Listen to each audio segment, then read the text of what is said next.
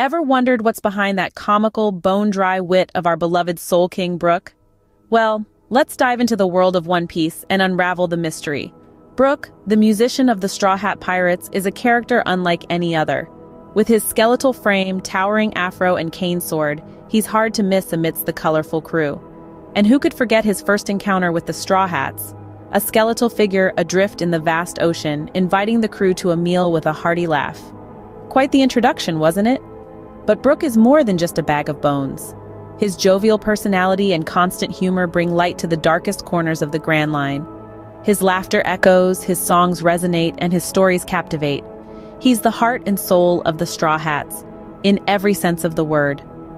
But beneath those hollow eyes and skeletal grin, there's a story of courage, resilience, and unyielding loyalty.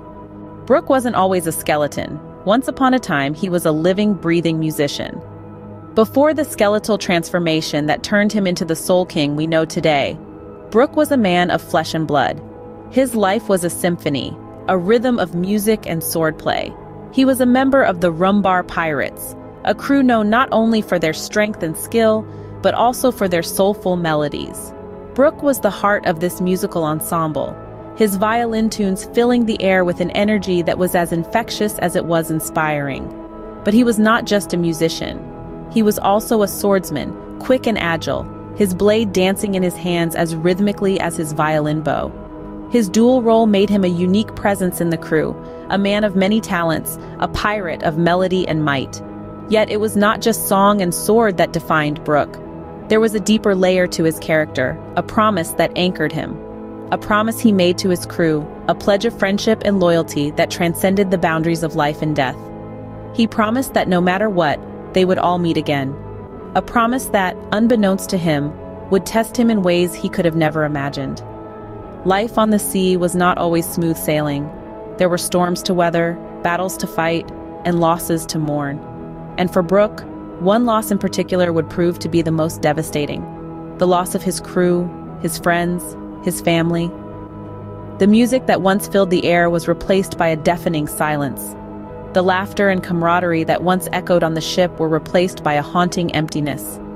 A tragic turn of events, however, would forever change the course of Brook's life.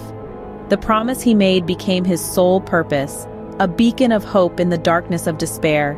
It was a promise that would push him beyond the limitations of mortality, a promise that would transform him into the Soul King. Being the only survivor of his crew wasn't easy, especially when that meant living alone for decades. Imagine yourself in the shoes of the Soul King Brook. As the only living member of the Rumbar Pirates, he was left to wander the seas in solitude. His comrades, his friends, his family, they were all gone, leaving behind only a skeleton of a man. Brook's existence was one of isolation and hardship. His ship, the Grand Line, became his prison and his sanctuary. Stranded in the Florian Triangle, he was surrounded by nothing but fog and the haunting echoes of his past.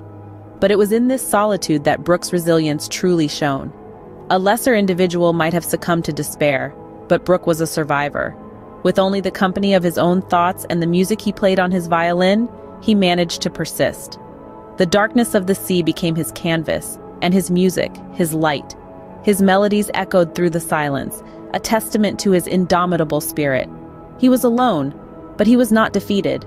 His music became his lifeline, his way of connecting with a world he could no longer touch. Each note was a defiant cry against the solitude, a reminder of the promise he made to his crew and to himself.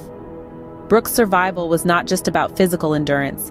It was about clinging to hope, holding on to the promise he made to a dear friend. He promised to deliver a whale's final tune to a distant friend, and it was this promise that kept him going. His struggle was a testament to the human spirit's ability to endure even the most unbearable of circumstances. His story is a reminder that even in the darkest hours, hope can shine the brightest. Through all the years of loneliness, Brook's music became his beacon, guiding him through the foggy seas. His loneliness was his song, and his song was his strength. But even in the face of such solitude, Brook never lost sight of his promise. When Brook encountered the Straw Hat crew, he found a new lease on life. When the lanky, afro-sporting skeleton first met the rambunctious crew, he was a solitary soul, seeking companionship yet afraid of rejection due to his skeletal appearance. However, the Straw Hats, being the free-spirited, accepting bunch they are, saw past his bony exterior. They saw a comrade, a friend, a fellow adventurer. Brooke's introduction to the Straw Hats was anything but ordinary. In the midst of a foggy sea loomed a ghost ship with Brooke as its only tenant. Luffy, the charismatic captain of the Straw Hats, didn't hesitate to extend an invitation to Brooke. Yet Brooke, carrying the weight of his past, initially declined. He was haunted by the memory of his previous crew, the Rumbar Pirates, who all met their tragic end, leaving Brooke alone for decades. But as fate would have it, the Straw Hats weren't easily deterred. They saw in Brooke a kindred spirit, a fellow dreamer who lived by the pirate's code of freedom and adventure. This similarity between his old crew, the Rumbar Pirates and the Straw Hats, struck a chord with Brooke. The Rumbar Pirates, much like the Straw Hats, were a cheerful group, valuing camaraderie, laughter, and music above all else. This parallel gave Brooke a glimmer of hope, of a life beyond loneliness. The turning point came when Luffy, displaying an unwavering faith in Brooke, asked him once more to join the crew. This time, Brooke accepted. He saw in the Straw Hats a reincarnation